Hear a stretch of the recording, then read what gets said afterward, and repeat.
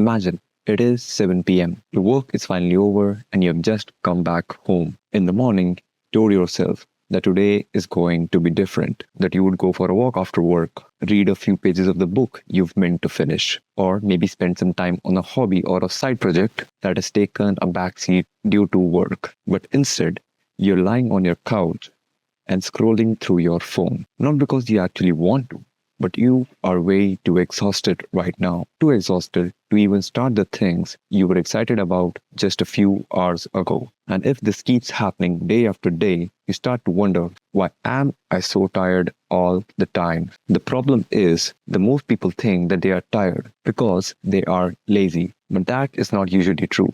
Just think about what all things that you have done today. You woke up early, you got ready for work, made it through the commute, attended the meetings, handled deadlines, solved problems, responded to a hell lot of messages, focused for hours on the things that were not even necessarily your choice. To me, that doesn't sound like laziness at all. In fact, you spend your entire day being productive. So now, the real question is, if you had enough energy to do all of that, why does it suddenly disappear when you finally have time for yourself? The thing is, you're not actually physically exhausted. If you were, you would come back home and you would sleep immediately. Instead, what most people experience is mental and emotional exhaustion. Think about what a day looks like. From the moment you start working, you make a lot of decisions. What tasks should I work on next? Which messages should I reply to? What meeting do I need to prepare for? What problems need my attention right now? And it's just not the decisions. You're constantly switching contexts. One moment you're answering emails, the next you're in a meeting, then you're problem solving.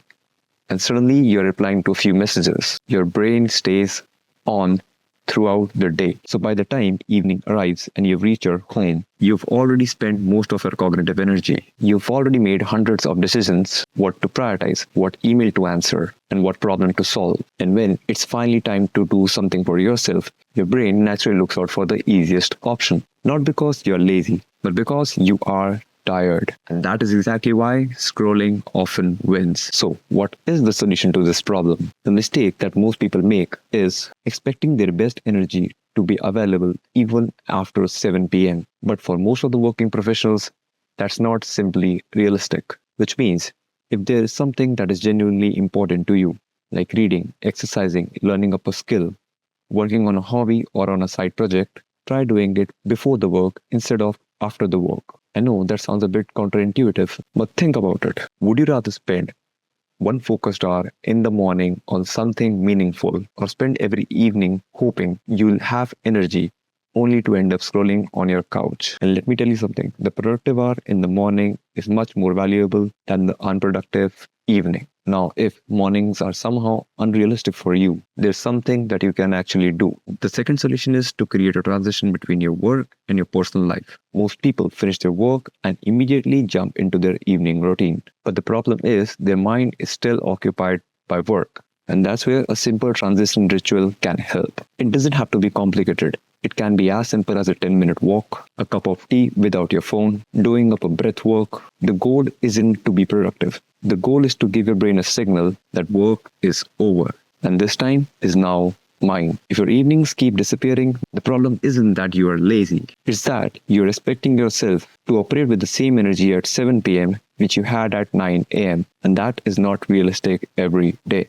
The goal is to have enough energy left for the things that makes life meaningful for you after work, whether it's reading up a book, going for a walk, working on a hobby or on a side project, or simply even having your evenings for yourself, because at the end of the day, work is only a small part of your life. And if you want a simple system that can help you plan your hobbies, weekends, and routines, you might want to check out the link in the description. It's completely free to access. And in case you're wondering how to get back on track after having a bad month, you might want to check out this video. And I'll see you real soon.